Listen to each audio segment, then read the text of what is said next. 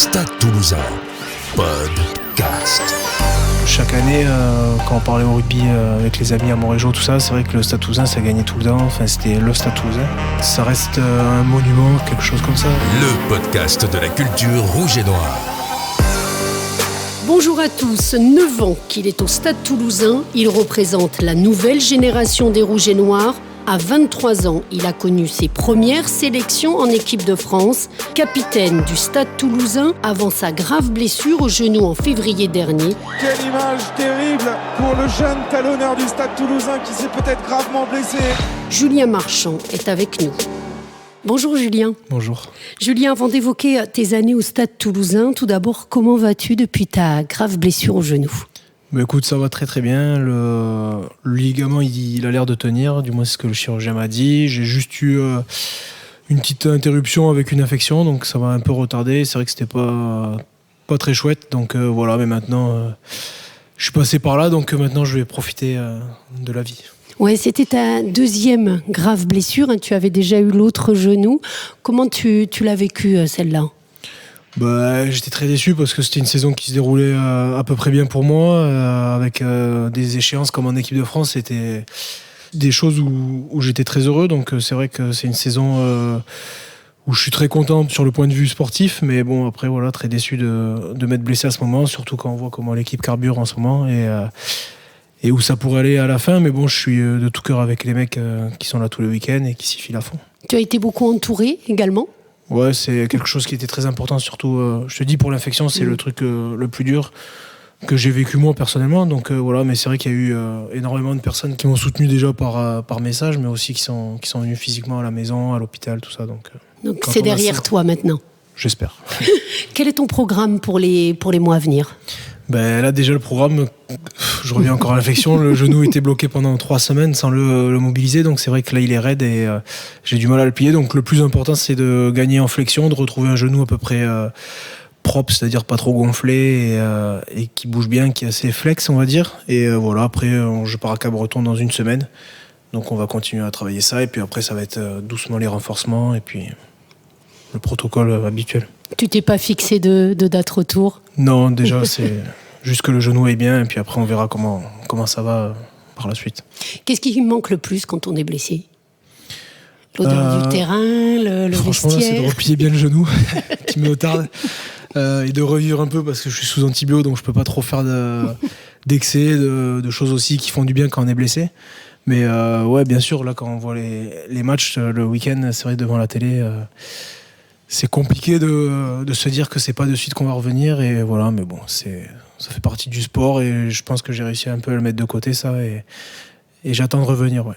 En tout cas, coup dur pour toi, coup dur pour le club. On va écouter le président du Stade Toulousain, Didier Lacroix, qui nous parle de toi et également de ton remplaçant. Il va bien, il a un mental d'enfer, il a envie de revenir très vite, on a toujours le souci du délai de rétablissement. Tout le monde est très pressé et tout le monde veut prendre beaucoup de précautions qui sont deux choses un petit peu paradoxales. Mais je crois que Julien est un énorme bosseur, c'est quelqu'un de très consciencieux, c'est quelqu'un qui va regarder également de près qui va jouer à sa place parce que c'est un gros compétiteur. Et il y en a un qui s'appelle Guillaume Marchand. Je crois que la maman et le papa peuvent être fiers de l'éducation qu'ils ont donnée à ces gamins qui, au-delà des joueurs qu'ils sont des hommes exemplaires en dehors dans la vie et des vrais compétiteurs. Donc je suis pas du tout inquiet pour le retour de Julien.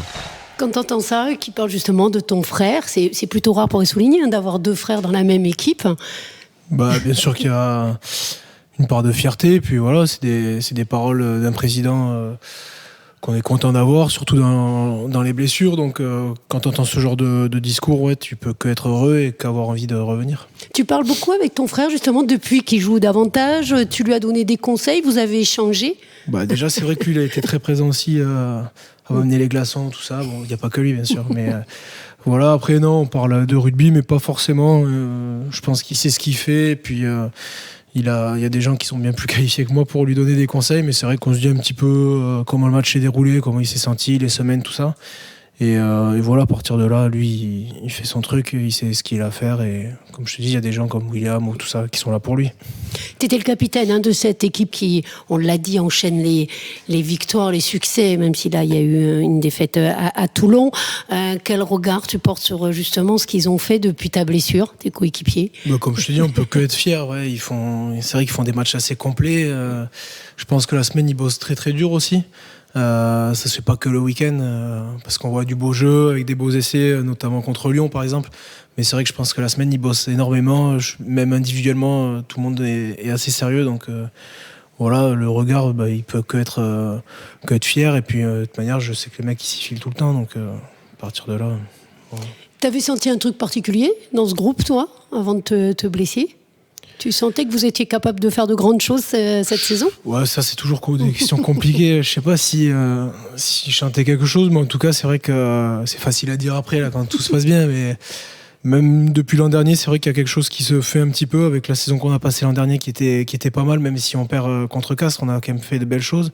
Et là ça continue. On était en train de se construire. On est quand même un jeune groupe avec beaucoup de jeunes. Donc voilà, c'est quelque chose de très chouette, ouais. Allez, on va revenir un instant sur ton parcours au Stade Toulousain et ton arrivée au centre de formation donc en 2010 jusqu'au Capitanat et cette saison. Comment tu qualifierais ces 9 années ? Écoute, je garde un très bon souvenir quand j'étais chez les jeunes, c'est-à-dire de cadet avec tout ce qu'il y a pu avoir. Cadet, on était champion, en Crabos aussi, donc c'était des choses assez chouettes. Et puis après, quand on arrive en espoir, on a la chance de côtoyer... de faire les entraînements le mercredi, c'était souvent ça, les oppositions avec l'équipe 1, donc c'est vrai que c'était des choses qui sont pas données à tout le monde, même quand on est en espoir, donc c'est vrai que je garde un très bon souvenir de toutes ces années. Tu te souviens de tes premiers pas dans le vestiaire ? Là, on enregistre ce podcast dans le vestiaire de l'équipe première. Est-ce que tu as encore en mémoire ton premier match ici, avec les pros ? Ouais, déjà, c'est, je pense... un des plus beaux souvenirs que j'ai au rugby, voilà, même je le mets à côté de celui de l'équipe de France parce que c'était quand même quelque chose de très grand et très fort aussi d'être ici. C'était Guy encore qui était là. Les vestiaires ils étaient pas comme ça, ils étaient pas tout neufs, ils étaient en bois encore. C'était des petits casiers avec chacun avait son nom et voilà, c'était en 2014. Qu'est-ce que ça représentait pour toi le Stade Toulousain quand tu étais plus jeune ? Pour moi c'était une sorte de machine, même si je suivais pas forcément tous les matchs, mais c'est vrai que chaque année quand on parlait au rugby avec les amis à Montrégeau, tout ça, c'est vrai que le Stade Toulousain ça gagnait tout le temps, enfin c'était le Stade Toulousain avec tous les titres qu'ils ont eu, 4 ans en Europe et 19 en France, voilà, ça reste un monument, quelque chose comme ça, du moins quand on est de l'extérieur. Et quand on est jeune, on rêve de jouer au Stade Toulousain ? Moi, pour ma part, oui. Oui. Tout le monde, je sais pas, mais en tout cas, c'est vrai que quand j'étais à Montrégeau, bien sûr, et puis après, quand on vient ici, on a envie d'aller le plus loin possible. Après, on se dit jamais qu'on va y être en équipe 1. Pour ma part, je pensais pas du tout y être. Ouais. Tu avais un modèle dans cette équipe ? Non, pas forcément, parce que je te dis, je regardais pas forcément tout non plus les matchs, mais je pense que c'était plus les 3/4, les modèles, parce que c'était ceux qui étaient très médiatisés. On rappelle que Julien Marchand est à l'honneur. Voilà. Non, l'image de Frédéric Michalak, ouais, c'est vrai que même Vincent, tous ces joueurs, c'était les plus médiatisés, c'était les joueurs qu'on regardait, donc voilà. En talonneur, en revanche, même si, je sais pas, un talonneur peut-être, t'es arrivé, il y avait quand même Cory Finn au Stade Toulousain, on rappelle, ancien international All Black. Donc est-ce que tu as eu un modèle un jour au talon ? Pour parler de Cory, c'est vrai qu'il m'a beaucoup apporté en venant, et puis... Après, c'est vrai que je vais pas dire William parce que il va croire que. Non, mais c'est vrai que ça restait un talonneur. Il y avait Yannick, William aussi, c'était des talonneurs qui sont emblématiques de ce club. Donc voilà. Qu'est-ce que t'a apporté le Capitanat ? Plus de responsabilité, on va dire. Et le fait de prendre la parole, c'est quelque chose qui te responsabilise. Donc à partir de là, tu te sens un peu plus concerné. C'est forcément logique. Voilà. Après, sur le terrain, je pense que j'ai pris cette saison du moins plus d'initiative et ça m'a fait prendre un peu plus de recul sur certaines choses, de pas faire attention à des petits détails qui avant t'embêtaient. Louper un lancer ou des trucs comme ça, je me dis que c'est pas grave. C'est le rugby, c'est pas le premier, c'est pas le dernier. Faire des erreurs, ça arrive à tout le monde, c'est humain. Donc un peu plus de responsabilité, des fois ça fait pas de mal, ouais. Qu'est-ce qu'on peut te souhaiter, Julien, pour conclure? Déjà que j'arrive à plier le genou, que j'ai plus d'infection.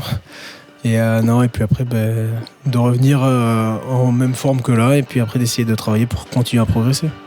Merci beaucoup. Ouais. Merci. Merci à tous. À la semaine prochaine pour un nouveau podcast. N'oubliez pas, dimanche, le Stade Toulousain, leader du top 14, reçoit son dauphin Clermont au Stadium de Toulouse.